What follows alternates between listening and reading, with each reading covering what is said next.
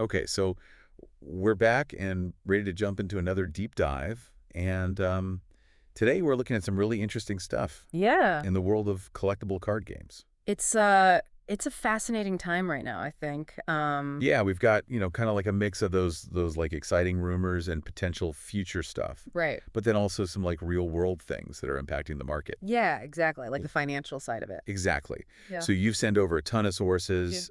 We've got everything from like potential new game mechanics to card leaks, news about the Switch, to pre-orders, Yeah. and even like what's happening at local game stores. So it's a really like broad look, and I'm excited to kind of unpack it all. Yeah, me too. This is great stuff. All right, so let's dive in, and I think a good place to start is with these Pokemon Legends, what is it, ZA rumors, right? Pokemon Legends ZA. ZA, yeah, and there's this alleged card leak making the rounds. Right, right. Yeah. So there's another one of these images floating around online, supposedly showing a Mega Starmie for Pokemon Legends ZA, and you know where it popped up? Let me guess. 4chan. 4chan, of course. Yeah. Oh, yeah. Where else? We gotta love 4chan. It's like the birthplace of so many of these Yeah. Yeah. so-called leaks. I mean, it is interesting though, right? Like the description I saw Yeah. was very like simple, almost like Mhm. believable in how basic it was. I think that's part of why they work so well, Oh. right? Like if they were super elaborate and out there, you'd immediately be like, no way. You'd be suspicious. Yeah, but when it's just like, oh, it's a, slightly tweaked version of an existing Pokemon, Yeah. it's like, well, maybe. See. It's Yeah. just believable enough. Yeah. So it's following a similar thing. Like, remember that Halucha image from a while back? Oh, yeah. Kind of same vibe. Yeah, very similar. And again, no clear artist, credited for it, Right, right. Yeah. which is pretty common with these like fan-made things. Yeah. I mean, what do you make of it? Like when you see these kinds of like unofficial reveals, is it just. I mean, it's fun to speculate, right? Yeah. It's fun to kind of get the community buzzing, Right. but you got to take it all with a grain of salt. Yeah. Healthy dose of skepticism. Big time. For sure. Big time. So those are more like visual leaks, right? Yeah. But then there's this whole other set of rumors from the same source on 4chan. Right. Talking about potential like game mechanics. Yeah, this is where it gets really interesting, I think. Yeah, and this champion mode. Yeah, champion mode. Sounds That has a nice ring to it. Yeah, it sounds very ambitious. It does. It does. So basically, the rumors suggest that you could play with any Pokemon that you have in your Pokemon home. Oh, wow. Or like there'd be this rotating pool of 40 rental Pokemon each season. Interesting. What do you think of that rental thing?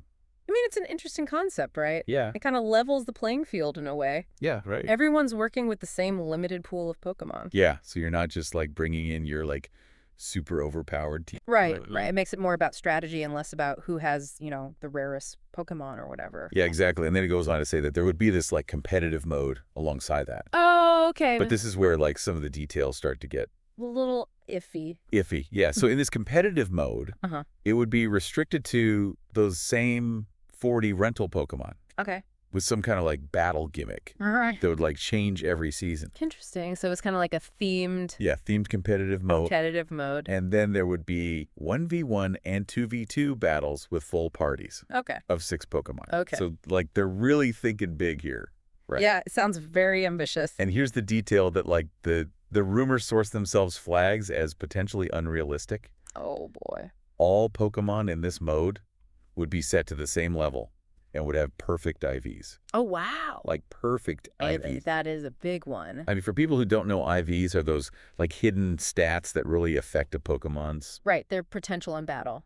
Exactly. So to just like make everything have perfect IVs, that's Yeah, that would fundamentally change competitive Pokemon. huge. Yeah.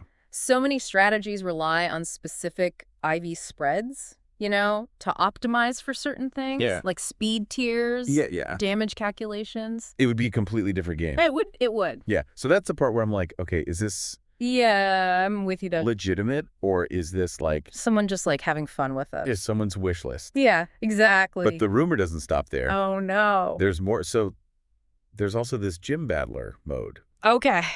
which sounds kind of cool. Gym battle. So you would basically be able to customize your own Pokemon gym. Oh, wow. Like you would set it up. That's kind of fun. You'd have an NPC version of yourself as the gym leader. Uh-huh. You'd choose a team of 6 from your Pokemon home. Okay. And then you could add 3 other trainers with their own teams. Oh, so it's like a whole gym? A whole gym. A whole gym experience. And then other players could challenge your gym. Okay. So it'd be this like really cool way to... It's very creative. Yeah. It's very creative. Interact with other players. Yay. In a kind of like... More personalized way. Yeah, personalized, less like directly competitive. Oh, yeah, because it's not like you're matchmaking against them. Yeah. It's more like you're setting up a challenge. Yeah. And then people are trying to overcome your specific challenge. And I assume you'd get like badges and stuff. I would assume so. Yeah, that's how gyms usually work, right? Yeah, got to collect them all. Gotta collect them all. See if you can beat all of your friends' gyms or whatever. Yeah, right. That's kind of fun. So how would this whole champion mode thing be monetized? Right, that's the big question always. Right, that's the thing. So according to the rumor, it would be purely cosmetic. Okay. So things like outfits for your trainer, outfits for your Pokemon, special effects for your Pokeballs. Customization options for your gym, things like that. So like no pay-to-win mechanics. No pay-to-win, which I think is nice. Is a good thing, yeah. Yeah, I like that. Yeah. And they also speculate that a lot of the revenue could come from new Pokemon Home subscribers. Yeah, that makes sense. Especially if this launched with like a big update to Home. Yeah, a big Pokemon Home revamp. And of course, ongoing game sales. Right, of course. So they mentioned this built-in training system for Pokemon within Home.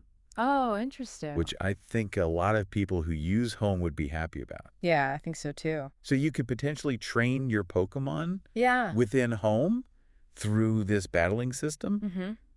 But it specifically says that Pokemon transferred from Pokemon Go might not be directly usable. Okay. Which maybe means they'd have a separate functionality for those. Yeah, maybe something else in the works for Grogo integration. Right, exactly. Yes. But again, got to reiterate, right? This is all speculation. Speculation from 4chan. 4chan, yeah, our favorite. Yeah, so take it all with a huge grain of salt. A mountain of salt. A mountain, yeah. Right, and even the source themselves point to that perfect IVs thing. Yeah, that's a big red flag. In competitive mode as like a... Yeah, it just doesn't really make sense from a competitive standpoint. Yeah, it's either that or they're just completely changing the way competitive Pokemon works. Right. It's like, I don't know. It's possible, but... seems unlikely. Doubt it. But yeah, so some of these ideas are really cool. Right. Like I would love a gym battler mode. Yeah, that sounds fun. But who knows if it'll actually happen. We'll have to wait and see. Exactly. Okay. All right, so moving on. Okay. Let's talk about the Nintendo Switch 2. The Switch 2. Yeah. Big news there. Big news. Pre-orders, specifically in the U.S. Sounds like there have been some changes.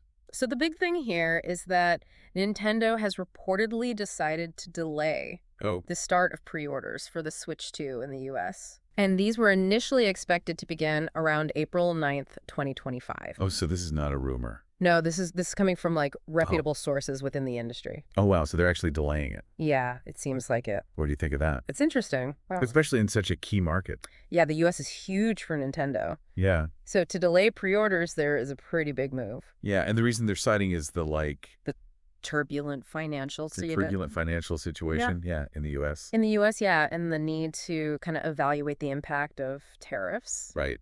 And the evolving economic landscape. So it sounds like they're being cautious.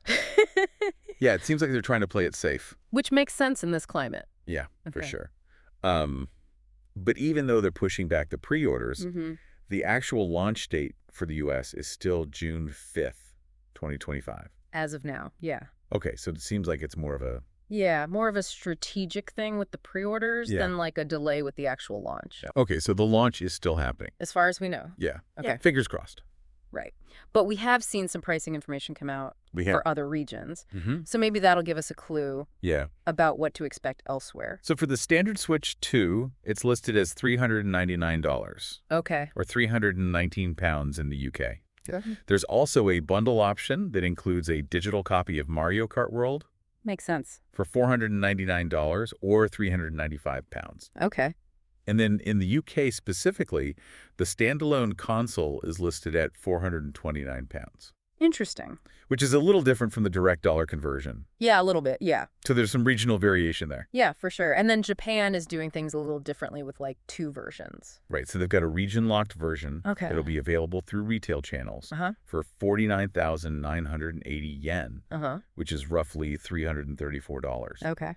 But that version will only support Japanese language. Okay. And Nintendo accounts. So it's really meant for used within Japan. So if you're in Japan and you want more flexibility, there's a more expensive option. Right. There's a multilingual, region-free version. Okay. That'll be sold exclusively through the My Nintendo store in Japan. Makes sense. For 69,980 yen, which is about $467. Okay, so quite a price difference. Yeah, it's a pretty big jump. But you get that region freedom. You do. You do. So the source we were looking at was really highlighting this U.S. pre-order delay. Yeah. And emphasizing how big the U.S. market is for Nintendo. Right. Which makes you wonder if they're going to have to adjust the price because of these tariffs. Yeah, exactly. Because if those tariffs do end up increasing their costs, they might have to raise the price in the U.S. Right. Which could definitely affect people's decisions to pre-order. Yeah, for sure. And this delay could mean that they're... Yeah, they're trying to figure out how to handle it. Yeah. How to approach that situation. Trying to strategize. Strategize, yeah. Okay, so let's move on to the trading card market itself. And this whole tariff situation, because... It's a mess. It's a mess, yeah. It's really complicated. So it's interesting is you got this like contrast between what's happening in the wider economy and then what's happening in the TCG market. Yeah, so we're seeing like economic uncertainty, pullbacks in traditional assets. But then at the same time, you have the release of this new Tarkir set for Magic. The Gathering, right, which is being described as like potentially the biggest launch ever. That's wild. It is wild. Like, how can those two things be happening at the same time? Right. It's like this little bubble of excitement in this like sea of economic turmoil. So maybe the TCG market just operates differently. Maybe, yeah. Or maybe Magic is just like... having a moment. Having a huge moment. Yeah. Right? But speaking of contrast, the company behind Magic... Hasbro. Their stock is... not doing so well. Not doing so well. Yeah, so it seems like they might need a really strong first quarter. Yeah. To avoid some bigger changes. Right, they're under pressure. Yeah, and that's interesting, right? Because you have the product doing really well. Yeah, like their flagship product is seemingly thriving. But the company is struggling. But the company overall is not. So maybe there's a disconnect there. Right. Maybe there are other factors at play. Yeah, for sure. And I think it also shows that, like, the stock market and the TCG market aren't always in sync. Right. They don't always move together. Because buying trading cards is often seen as, like... discretionary spending. Play money. Yeah. Yeah, so it's not always tied to, like... yeah, the broader economic trends. Yeah, exactly. So it's kind of his own little beast in a way. It is. It is. Now, Pokemon cards, specifically, it sounds like the market is entering this, like, consolidation phase. Yeah, so after all that upward movement we saw, prices are kind of stabilizing now. Okay. Which makes sense after a big run-up. Yeah. Things tend to kind of settle down a bit. Right, exactly. And we're also seeing the impact of reprints on prices. Right, so, like, for example, the singles from that terrestrial festival set went down in price after the reprint. Which is to be expected. Yeah, that would make sense. When the supply goes up, the price goes down. Economics 101. Exactly. Right. Basic supply and demand. Okay, so now let's talk about the big one, the tariffs. Oh, boy. And how they might affect the Japanese TCG market. Yeah, this is a big one, and there's a lot of uncertainty around it. Yeah, for sure. So right now, it seems like a flat 10% tariff is the expectation. Yeah, that seems to be the baseline. And people are kind of thinking that'll probably stay in place. Yeah, for now. For now, yeah. But the real concern is this potential 24% import tariff. Right. Specifically on stuff from Japan. From Japan, yeah, and that's a big jump. Huge. Yeah. No one knows if or when it'll actually happen. Right, and that uncertainty is what's really causing problems. Yeah. Because people don't know how to plan... for sure. For the future. So if that 24% tariff does go into effect, that could make it a lot harder to sell Japanese Pokemon cards in the U.S. Right, because it's going to raise the cost for importers. Yeah. And then they're going to have to pass those costs on to consumers. And the margins are already pretty thin, right? Yeah, exactly. For a lot of sellers. So it's like... it's going to squeeze them even more. Yeah, exactly. Yeah. So Japanese cards could become a lot less competitive. Right. Compared to English cards. Especially if the prices of English cards stay relatively stable. Yeah, so English cards could actually become more affordable. Potentially, yeah. Because they're often printed domestically. Right, or in other regions that aren't subject to these tariffs. Yeah, and it wouldn't just affect Pokemon cards either. Right, it would be other non-English TCGs too. Yeah, so anything that's printed in Japan? Japan or China? China, yeah. So like Bandai's One Piece game. Right. Bushy Road cards. Yeah. All that stuff. Yeah. They could all be affected. And then sorcery. which is printed in China, Oh, yeah. is especially vulnerable. Because they already have really thin margins. Yeah. And there are existing tariffs on some of the components they import from China. Right. And the source even talked about how delays in getting stuff from China Oh, yeah. could affect English ETBs too. Right, because even if the cards are printed here, Yeah. some of the materials might come from China. Right. So it's all connected. It's all connected. Yeah, it's a global supply chain. It's a web. A web, exactly. So we also learned a little bit about where recent Pokemon sets have been printed. Oh, yeah, that's interesting. And it seems like they're doing it in multiple places. Yeah, so booster boxes for recent sets like Destined Rivals were printed in both the U.S. and the Netherlands. Okay. And there's even some speculation that the hit cards might be printed in the U.S. Oh. and the common and uncommon cards in the Netherlands. Interesting. Although the source joked that it should probably be the other way around. Right. But who knows? And Journey Together booster boxes were printed in the Netherlands. The Netherlands, okay. Yeah. So it's a really complex situation. It's a complex global market. Yeah. A lot of moving parts. A lot of moving parts. Okay, so let's get a more like down-to-earth perspective now. Okay. And talk about this card shop owner. Yeah. And their experience selling Pokemon cards. Yeah, this gives us a good look at like the day-to-day realities of running a TCG business. So they said they check prices every single day. Every day. Based on updates from their suppliers. Which shows you how volatile the market is. Yeah, things are constantly changing. Yeah, you got to stay on top of it. And they use these tools to sync their prices and inventory between their website and eBay. Smart. Which is essential, right? Yeah, if you're selling online, you got to be organized. Yeah, got to have everything in order. And you got to be competitive. Yeah, exactly. And when they were first starting out, they were doing a lot of promotion on Instagram. Yeah, daily posts. Daily posts. Keeping people engaged. Yeah, and they were also doing those rip and ships on whatnot. Yeah. Oh, yeah, those are popular. Which are basically like live openings of sealed products. Yeah, it's a fun way to connect with buyers. Yeah, it's like a show. Yeah. But now it seems like they're moving more towards selling singles on their own website. Interesting. Alongside the sealed products and slabs that they sell on eBay and their site. So they're diversifying their offerings? And the goal is to build up reviews on those platforms. Yeah, that makes sense. Which is a smart move, right? Yeah, because reviews build trust. Yeah, exactly. So trust leads to more sales. Exactly. And they also made this interesting decision to start grading cards. Oh, yeah. Through CGC. CGC, interesting. In addition to PSA. So they're using both now. Yeah. And the reason for that is apparently the turnaround times with CGC are much faster. Oh, that's a big plus. Yeah. And they also think they might get better grades. Okay. Especially for Japanese cards. Interesting. Because CGC has this like pristine 10 grade. Oh, yeah, the pristine 10. And they even like walk through the math. They did. For a Leafeon card. Comparing like the potential resale values for different PSA grades. Okay. Versus CGC grades. So they're really thinking about the bottom line. Yeah, it's a business. It is. It is. Right. They got to make money. Exactly. But it's not all sunshine and roses. Right.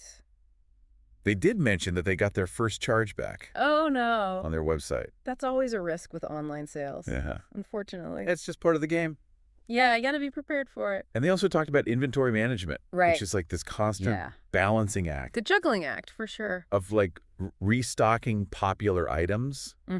But not overbuying on the slower moving stuff. Yeah, you don't want to get stuck with a bunch of inventory. Yeah, exactly. It's not selling. And then to make their single card listings look even better, especially for the higher value cards, they invested in a new Fujitsu scanner. So they're really serious about it. Yeah, they're upping their game. Upping their game. That's good. Yeah, those high quality scans really make a difference when you're buying expensive cards online. People want to see exactly what they're getting. Exactly. You got to know what you're paying for. Yeah.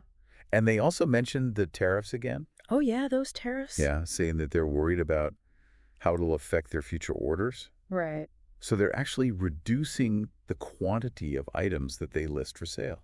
Oh, okay. So they're being proactive. Yeah, just in case prices go up. That's smart. Trying to be prepared. Yeah. And they're also streamlining their wholesale offerings. Oh. Which maybe means they're focusing more on direct-to-consumer sales. Yeah, could be. Yeah, and lastly, they shared this little story about how they accidentally received someone else's order. Oh, no. But they made it right. That's good. Yeah, which I think just shows that they're trying to be ethical. Yeah, That's important, especially in a community like this. Yeah, you got to build trust. Exactly. Okay, so last but not least, we got to talk about local game stores. Local game stores, yeah. Because it sounds like the experiences that people have can be really different. It's a mixed bag. Yeah, so some stores are great, like they're really supporting of the community. Yeah, they're like hubs for the local scene. But then others are charging way above market price for stuff. We saw some examples of that. Yeah, like booster bundles for $55. ETBs for Journey Together going for $100. That's steep. Yeah, that's pretty crazy. It is. So let's deal with that. Right. I mean, local game stores do have higher overhead costs. Yeah. Than online retailers. Rent and all that. Rent, staffing, all that. Yeah. Right. But still, those markups are pretty extreme. Yeah, it's not a good look. No, it can alienate customers and damage their relationship with the community. And then there's the issue of people buying out entire displays. Oh, yeah, that's a problem. Which makes it really hard for other collectors. Especially if they're then turning around and selling those products online at inflated prices. It's like they're taking advantage it's not cool. of the situation. Not cool at all. Yeah, and the source was very clear that they do not support those kinds of practices. They were very vocal about that. Yeah, and they made a good point that you can still support your local game store without overpaying. You can go to events. Yeah. You can buy singles. You can buy accessories. Right. You know, there are other ways to support them. Exactly. You don't have to buy into that crazy markup stuff. You don't have to feed the beast. Exactly. All right, so, wow. Yeah. That was a lot. That was a lot. We covered a lot of ground. We covered a lot of ground, yeah. We talked about Pokemon Legends, ZA. All the rumors? The rumors, the Switch 2 pre-order situation. The tariffs. The market trends. The card shop owner. Yeah. The local game store. Oh, the local game stores. It was a whirlwind. Yeah, it was a whirlwind, but I think it was really informative. Yeah, I think so too. So we saw how, like, the excitement for new Pokemon games and card reveals can really get the community going. Yeah. But at the same time, you have these, like, real-world economic factors, like tariffs, that are causing all this uncertainty in the market. And affecting prices. Availability. Yeah. And then we got that glimpse into the strategies that online retailers are using. To adapt, yeah. And then those contrasting experiences with local game stores really showed. Yeah, the different approaches. And the challenges that exist. So thinking about the tariffs and how they might affect Japanese cards, it makes you wonder how people are going to collect those non-English TCGs. Right. Are people going to be willing to pay the higher prices? Or are they going to look for alternatives? Yeah. Right. And then thinking about local game stores. Yeah. What role should they really play in their communities? Right. Like, how do they